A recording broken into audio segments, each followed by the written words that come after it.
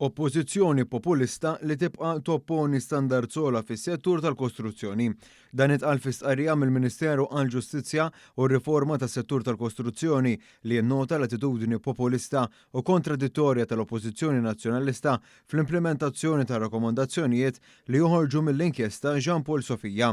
Intqal kif filwaqt li sa ftit ġimgħat ilu l-Oppożizzjoni ridet timponi li l-implementazzjoni ssir f'sitt xhur, issa rikbet il-karru ta' dawk li qed jopponu l-bidla għal standard sola u qed tisħaq li kollox għandu jsir b'mod gradwali fit-tul. Dan filwaqt li l-Gvern impenja ruħu li jġib lura dak li ma sarx f'50 sena f'dan is-settur anke skont l-inkjesta Jean Paul Sofija. L-Oppożizzjoni tibqa' sinonima li tinħebba wara l-konsultazzjoni imma ma tasal biex twettaq qatt kompli tajt l-istqarrija. Hawn tfakkar kif immedjatament wara l-pubblikazzjoni tal-inkjesta Sofija, il-Prim Ministru Robert Abela ħattar sottokumitat tal-Kabinett biex mhux biss iwettaq ir-rakkomandazzjonijiet iżda wkoll jiddialoga mal-stakeholders prinċipali fejn saħansitra sa din il-ġimgħa stess saru aktar laqgħat ta' diskussjoni.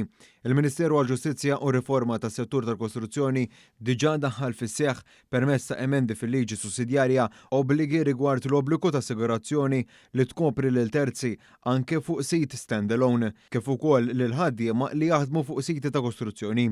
Min barra hekk skatta l-proċess tal-inizjattiva ta' servizz ġdid ta' assistenza ta' avukati u periti mingħajr ħlas li se jagħti vuċi aktar b'saħħitha liċ-ċittadini impattati mill-kostruzzjoni.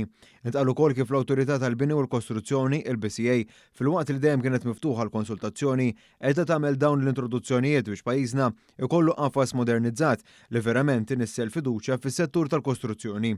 L-Awtorità diġà bdiet ukoll proċess ta' streamlining inkluż bl-introduzzjoni ta' Certificate of Insurance li jipprovdi sommarju konċis ta' dokumentazzjoni voluminuża li tkopri l-polza tal-assigurazzjoni, kif ukoll għaddejja ħidma fuq sistema tal-informatika ġdida biex tiffaċilita u tissimplifika il-proċess. Filwaqt li l-condition report ta' kull proprjetà affettwata minn żvilupp kien dejjem obbligatorju, kien hemm diversi istanzi fejn wara li l-awtorità tkun ħarġet clearance ikun hemm talba minn terzi li ġew affettwati minn żvilupp biex isirulu condition report jew inkella jinforma lill-awtorità li qatt ma rċevew kopja ta' dan ir-rapport. Il-Ministeru temm jgħid li bil-formola introdotta ġew integrati żewġ dikjarazzjonijiet f'waħda u għaldaqstant naqset il-burokrazija u mhux żdiedet kif qed jallega l-kelliem tal-Oppożizzjoni. Din id-dikjarazzjoni ilha li daħlet fis-seħħ minn Jannar.